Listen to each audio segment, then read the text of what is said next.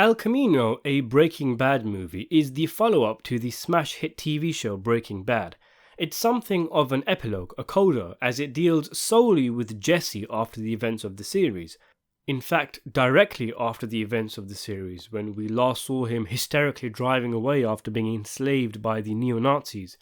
Jesse drives to his friends, Badger and Skinny Pete, knocking on their door, looking ragged and broken, and the story goes from there, detailing Jesse's evasion of the law, his captors, and his past. I've not seen Better Call Saul yet, so I don't know if there are any tie-ins, but of course Breaking Bad ended in 2013 and the movie was made in 2019. I only watched it a few days after I finished the show, so any nostalgic elements, of which there are a few, would be lost on me, a bit like when I watched the Deadwood movie straight after finishing the series. It's not uncommon for TV shows to follow up with a movie shortly after, Downton Abbey being a recent example, among others. Two of the most famous examples are the Deadwood movie, which was something of a necessary exercise given the show was cut short and they wanted to wrap up the story, and do it fast given the creator was in poor health. The reception seems to be indifferent from lay audiences, but the movie is very much loved by Deadwood fans, and I enjoyed it a lot too. Then there's The Many Saints of Newark, a prequel movie to The Sopranos, a completely unnecessary movie that movie audiences tended not to like and Sopranos fans absolutely hated. The response to El Camino seems to be something in the middle, and I think I would concur with that assessment. I don't think Breaking Bad is one of the greatest shows ever made anyway, unlike many. There's nothing wrong with that, it's still a great show, but from my perspective, this series is not some kind of untouchable masterpiece that the filmmakers should have stayed away from, lest they tamper with and ruin it. Ultimately, it's nice to see some old faces again, to be in that world, and for Jesse to be given a send-off, especially as I mentioned in my review of Season 5 of Breaking Bad, he seemed to be getting pushed out of the show's limelight. But ultimately, the movie isn't really needed. Sure, it gives Jesse a happy ending, it gives him closure, but that was kind of implied by the end of Breaking Bad anyway. In any case, El Camino is alright, a solid 6.5 out of 10. It's like a sleepy, elongated episode of the show.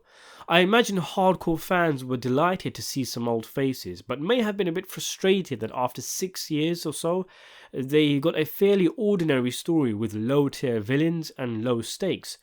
That 6-year gap is probably the film's biggest issue, because one thing that strikes you quite suddenly is that a lot of the characters look old and fat. Jesse looks like he was pumping iron and chewing protein when he was imprisoned, rather than withering away. There's a line where Skinny says something like, "You fit right into my clothes now," but he absolutely doesn't.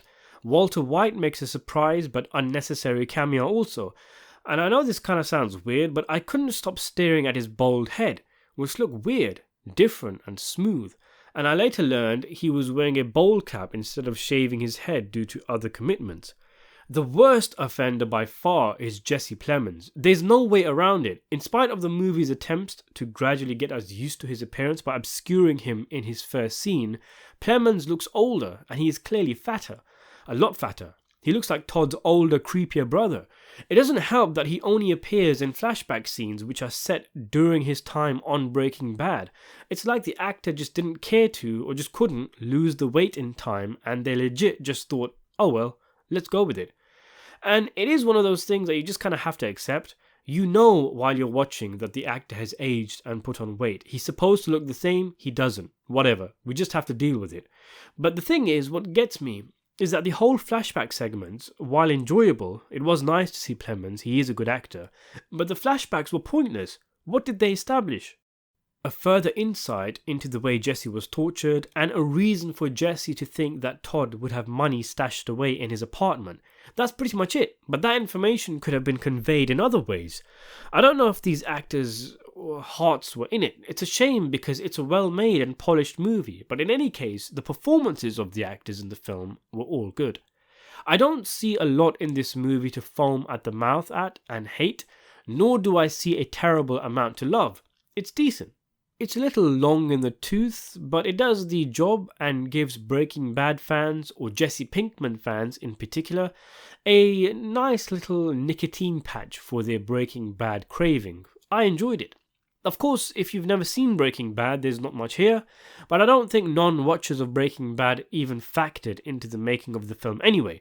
It's a clear continuation of the show and doesn't work without it. You know when those famous bands from the 70s and 80s do a final gig for the fans? You show up, you appreciate what's on display, and you do enjoy it, but in all honesty, everybody's wrinkly now, and you could have just easily watched reruns of the original stuff. This movie kind of feels like that. But aside from the aging, there's nothing really terrible about El Camino, but it probably should have been made very shortly after the series finished. Though I have heard that the creator of the show has attributed El Camino being greenlit to the success of Better Call Saul. Anyway, thanks for watching.